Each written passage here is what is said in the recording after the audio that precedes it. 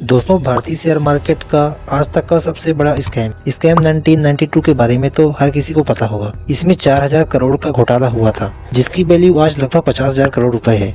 Share market के इस घोटाले के जिम्मेदार स्टॉक ब्रोकर हर्षद मेहता थे। हर्षद मेहता को उनके समय में स्टॉक मार्केट का बेताज बादशाह कहा जाता था। हर्षद मेहता एक ऐसे ब्रोकर थे कि जिस भी कंपनी के शेयर को छू देते थे वह लोगों के लिए सोना बन जाता था। उस समय कई लोग उन्हें स्टॉक मार्केट का भगवान मानने लगे थे। लेकिन जब इन सबको पता चला कि जिनको वो भगवान मान रहे हैं असल में वो एक स्कैमर है, तो उनके पैरों तले जमीन खिसक गई। यह स्कैम भारतीय शेयर मार्केट के इतिहास का सबसे बड़ा घोटाला माना जाता है।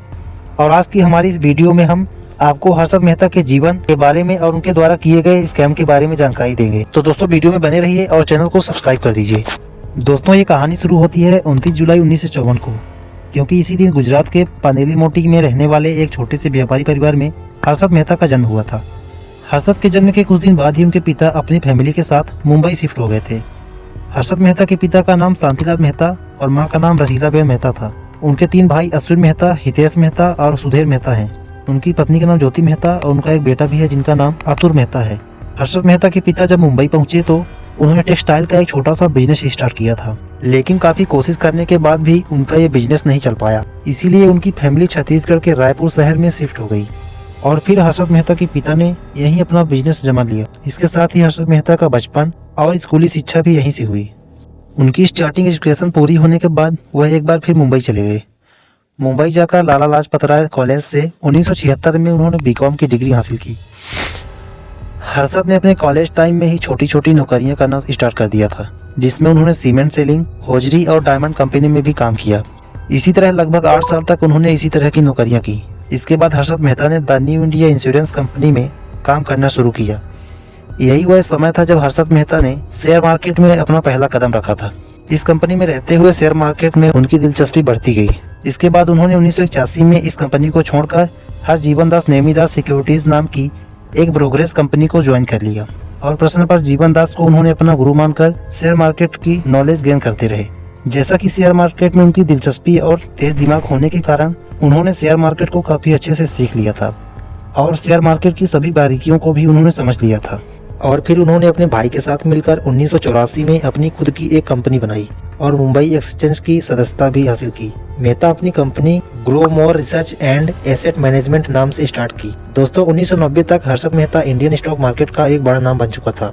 उस समय लोग उन्हें बिग बुल के नाम से भी जानते थे और स्टॉक मार्केट का बच्चन भी माना जाता था।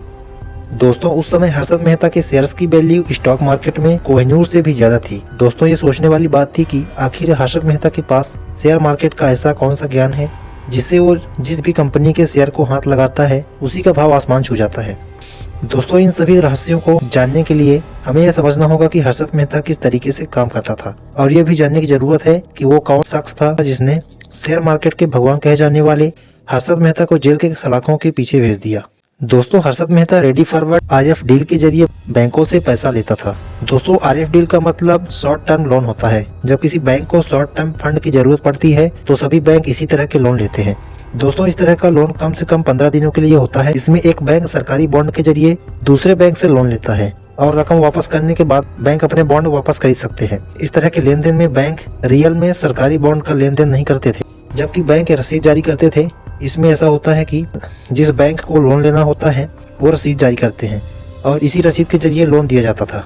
इस तरह के लेन देन ब्रोकर्स के द्वारा होते थे। हर्षद मेहता को इसके बारे में बारीकी से जानकारी थी और इसी नॉलेज और पहचान का फायदा उठाते हुए हर्षद मेहता ने पैसा बनाना शुरू किया और इसी पैसे को शेयर मार्केट में लगाकर अनबिलीवेबल प्रॉफिट बनाने लगा। वह एक ऐसा दौर था जब शेयर मार्केट हर दिन चढ़ रहा था। कुछ जानकारों का यह भी कहना था कि उस समय किसी भी शेयर में पैसा लगाना मतलब प्रॉफिट ही होता था और इसी तेजी का फायदा उठाने के लिए हर्षद मेहता खूब पैसे इन्वेस्ट करता था और बड़ा प्रॉफिट बनाता था।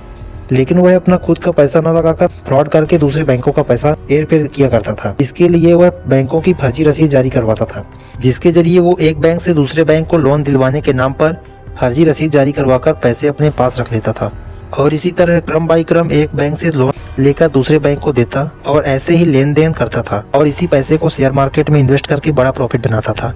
1990 के समय बड़े बड़े इन्वेस्टर्स और बिजनेसमैन भी हर्षद मेहता की कंपनी में पैसा लगाते थे और यही वजह थी कि हर्षद मेहता कुछ ही दिनों में स्टॉक मार्केट का बड़ा नाम बन गया और बहुत सारे लोग तो उसे बिग बुल के नाम से भी जानने लगे थे। इसी तरह हर्षद मेहता थोड़े समय में ही इंडिया के रिचेस्ट पर्सन की लिस्ट में आ गया और कामयाबी की उस ऊंचाइयों तक पहुंच गया था जहां पहुंचने की हर कोई कल्पना तक नहीं कर पाता। जहां एक तरफ लोग हर्षद मेहता की इस कामयाबी को लेकर हैरान थे, तो वहीं लोगों के मन में ये सवाल भी था कि आखिर हर बार एक इंसान इतना सही कैसे हो सकता है।